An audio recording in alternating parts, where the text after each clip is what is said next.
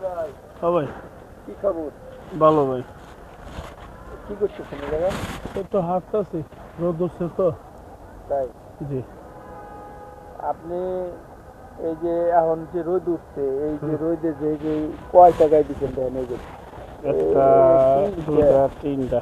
তিনটা দিতে আপনার স্যান্ডেল আনছে না? স্যান্ডেল গেঞ্জি নাই, স্যান্ডেল গেঞ্জি নাই। স্যান্ডেল গেঞ্জি নাই? না। এই যে এই যে রোদে আমি একটা গায়ে দিয়ে থাকতে পারতেছি না, গরম লাগতেছে। হ্যাঁ। আর আপনি 3টা গায়ে দিয়ে কেমনে আছেন? ভাই অনেক সকালে একটু জগিং করতে বেরিয়েছি তো, এই জন্য ভাই একটু ঠান্ডা ঠান্ডা লাগছে, এই জন্য এই কটা পড়ছি ভাই। জগিং করলে তোর গরম লাগার কথা। ভাই আমি পারি না যে আরো দুইটা পড়ি ভাই। তাই এত হ্যাঁ, শীত? এত শীত। ও ভাই আপনি শুনলাম যে প্রায় এই শীত আসার পরে একদিনও গোসল করেন না। সাউন্ড বন্ধ।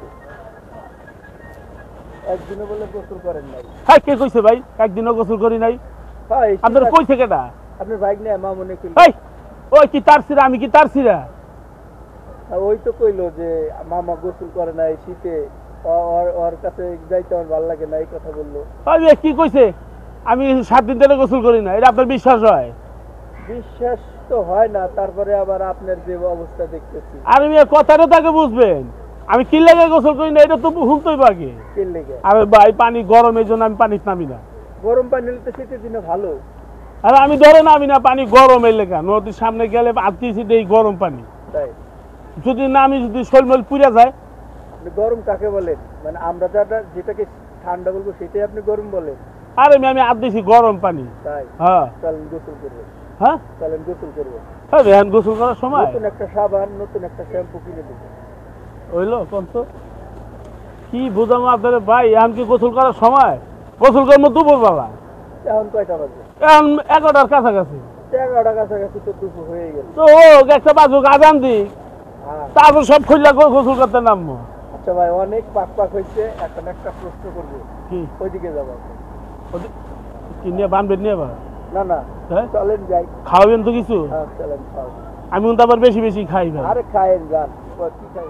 সেসব মিরপুরে কোনো ডান্স জগৎ ছিল না, ছিল একমাত্র তৌফিক ভাই ডান্স ক্লাব, সেটা হলো পীরেরবাগ সাবরা মসজিদ। আল্লাহ দিলে আপনাদের দোয়া, হ্যাঁ বর্তমানে একটা ভালো জায়গায় আমি আছি, আরও সামনে যাব আপনাদের দোয়ায়। চিন্তা করি মাঝে মধ্যে, অনেক সময় ভাবি রাত্রেবেলা বা দিনের বেলা যেখানেই বসি, অফিসে বসি, আমি চিন্তা করি আমি যদি আল্লাহ আমার ওরকম আর্থিক দিত, ওরকম টাকা পয়সা দিত, আমি গরিব দুঃখীর মাঝে বিলিয়ে দিই। আমি আপনাকে প্রশ্ন করতে হচ্ছে, আপনি এক কথার প্রশ্নের উত্তরটা দেন জি। যে আপনার পেশা কি? মূলত আপনার পেশা কি? মূলত আমার পেশা, আমি একজন অভিনেতা। সে অভিনেতা, ফাইটার কিংবা ডান্সার, এরকম কিছু? মূলত আমি চলচ্চিত্রে প্রথমত আমি ফাইটার কাজ করি, এখনও ফাইটার কাজ করতেছি। আর সামনে বিভিন্ন নাটক, টেলিফিল্ম, জারি গান, কিচ্ছা, আরও বিভিন্ন। কপাল হাত কেন? ভাই কপালে হাত না, একটা বসা পড়ছিল। ঘটলো প্রশ্ন যেটা আপনি করছেন, ঠিক আছে। আমি মূলত একজন চলচ্চিত্র ফাইটার, এবং আমি অনেক সিনেমাতে কাজ করছি ফাইটের পাশাপাশি। আমি ডান্সের প্রোগ্রাম করি, ফাঁকে ফাঁকে বিয়া শাদির প্রোগ্রামে আমি ক্যামেরা চালাই। আমাদের এদিকে আতিক ভাইয়ের এক হাউস আছে, এই আতিক ভাইয়ের ক্যামেরা নিয়ে চালাই, আবার বাহিরতেও ক্যামেরা আনি। আর পাশাপাশি কমেডি, অভিনয়, নাটক, শর্ট ফিল্ম, কিচ্ছা বা ঝাড়ি গান বলেন, এদিকে অভিনয় করি। আল্লাহর রহমতে আপনাদের অনেক ভালো আছে।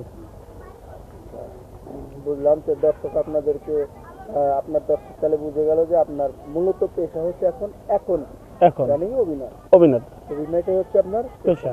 এটা দিয়ে আপনার জীবিকা চলে, আমার সংসার চলে এটা। আচ্ছা, আপনি অনেক তো কাজ ছিল, বহুত কাজ আছে, অনেক অনেক পেশা বাংলাদেশে বা সারা দেশে, বহুত পেশা।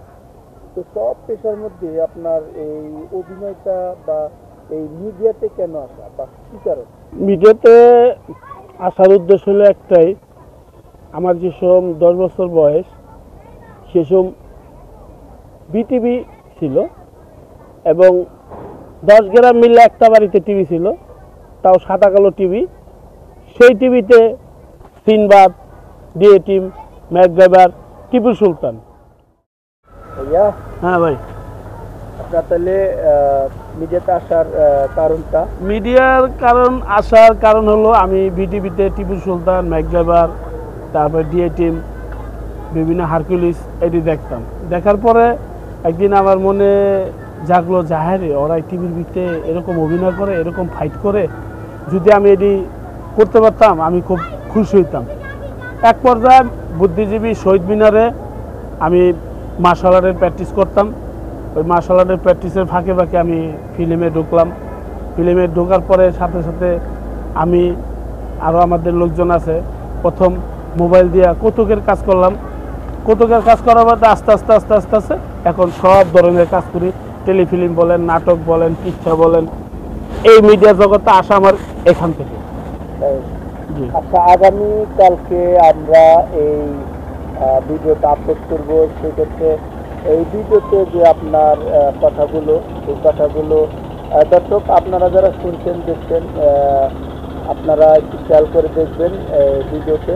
এই ভিডিও থেকে আপনাদের প্রশ্ন করা হবে। সেই প্রশ্ন আপনারা উত্তর যে বেশি যে যতগুলো প্রশ্ন উত্তর আসবে প্রত্যেকটা আমরা পড়ব এবং সেই সাথে আমরা একটা লটারি করব। সেই লটারিতে যে বিজয় হবে তাকে অবশ্যই আমরা পুরস্কৃত করব। আপনারা একটু মন দিয়ে কথাগুলো শুনবেন এবং দেখবেন।